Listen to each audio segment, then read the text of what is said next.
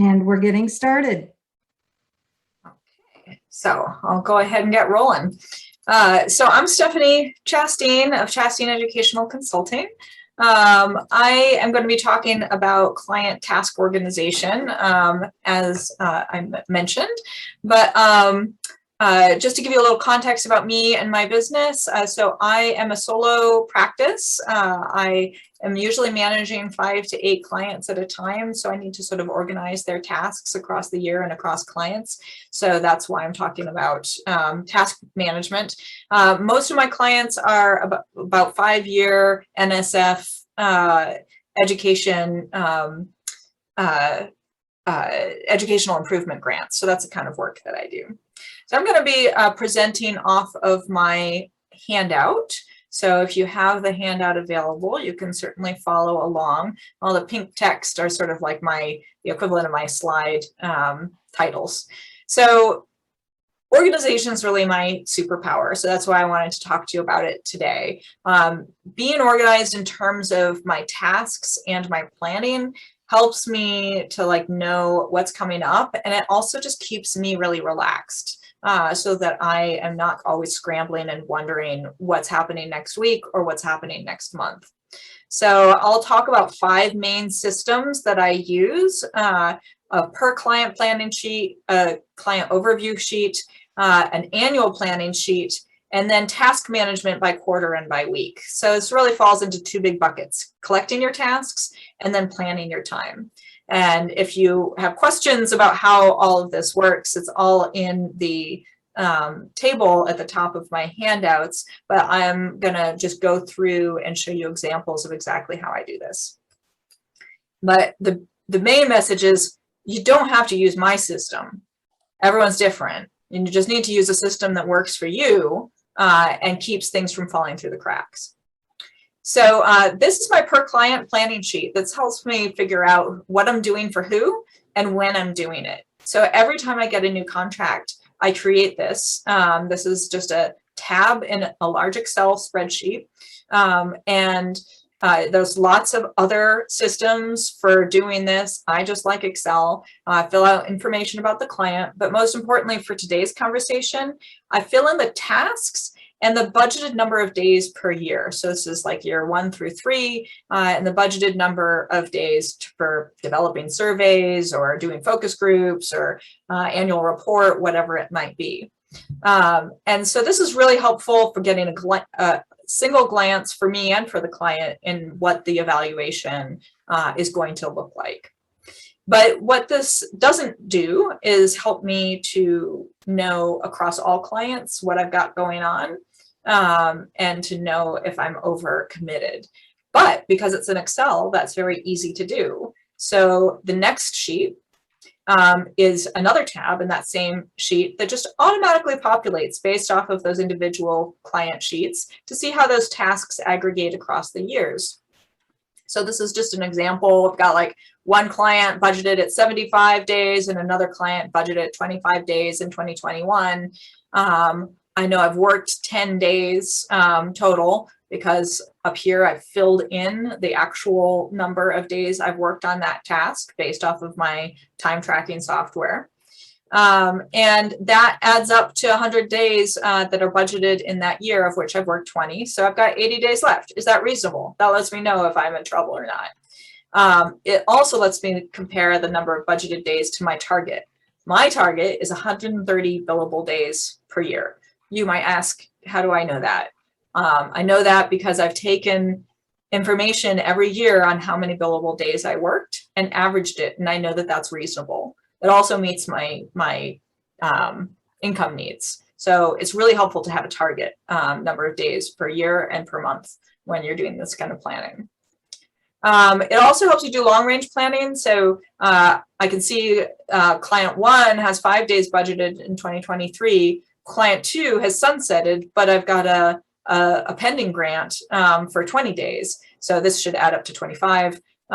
So that would be 25 total days that are budgeted out of 130 days target. So that lets me say, yes, I could take on a new client in 2023. Before I had this long range, I was always scrambling to figure out if I had room in my budget time budget to take on new clients. So this is really helpful for figuring out like what's going on across clients, but it doesn't help you plan next month. So the next part that you need is to take your tasks and sift them out across the year. Like, what does your year actually look like? So I take these tasks for year one, and I make an evaluation plan for that year for that client. So maybe and I work on the academic year. So I do this every August for fall, spring, and summer. And, you know, maybe you'll spend one day planning the focus groups, 4 days doing the focus groups, 6 days writing them up. You know, you make a reasonable plan. And then I share this with the client. So I take a screenshot of this, I send it to them. I say, is this reasonable for when these things would happen? If they say yes, then I've got this automatic adding up at the bottom that lets me see how many days are committed to that client in each semester. And again, since it's Excel, it's really easy to aggregate. So those days come over here. I can aggregate it across all the clients. A lot of people ask me what this throughout is. These are the non-time bound tasks like email and meetings that still have to be accounted for, but don't happen at a specific time. And I can add all that up and see how many days are committed in each semester and see if that's reasonable. And if it's not reasonable, I need to start moving some of these tasks around. So I spend about half a day each August doing this plan across all my clients and make sure that it's reasonable. And then this is the plan that helps me plan my day. Because now, when are you going to actually do those tasks? You just know it's going to be in the fall.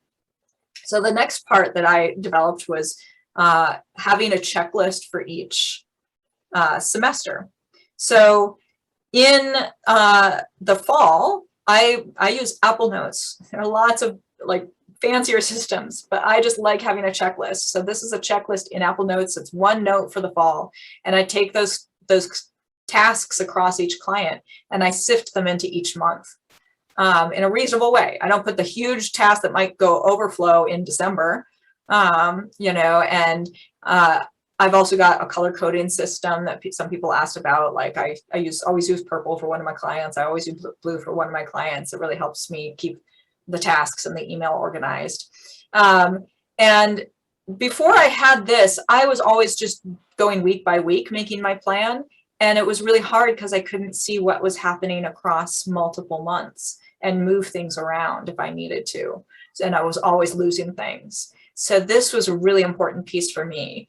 And then once I have that, September 1st, I sit down, I look at that list of tasks. I make a checklist for week 1, week 2, week 3, and week 4 of September. And I sift those tasks in and I make sure I don't have more than one large thing in a week. So then if something doesn't get checked off in this week, I move it to the next week because I've already got that week's checklist created. If something doesn't get checked off by week 4, I move it to next month because I've already got that month's checklist created.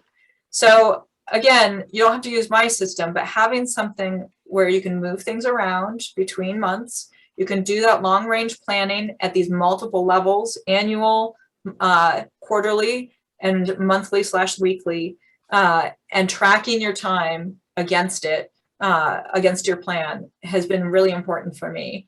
And I'll say because I track my time, I'm really accurate at estimating those budget amounts, and I tend to be right on target in terms of how long it actually takes me to do things. So that's my spiel. I think we've got a minute or so for questions.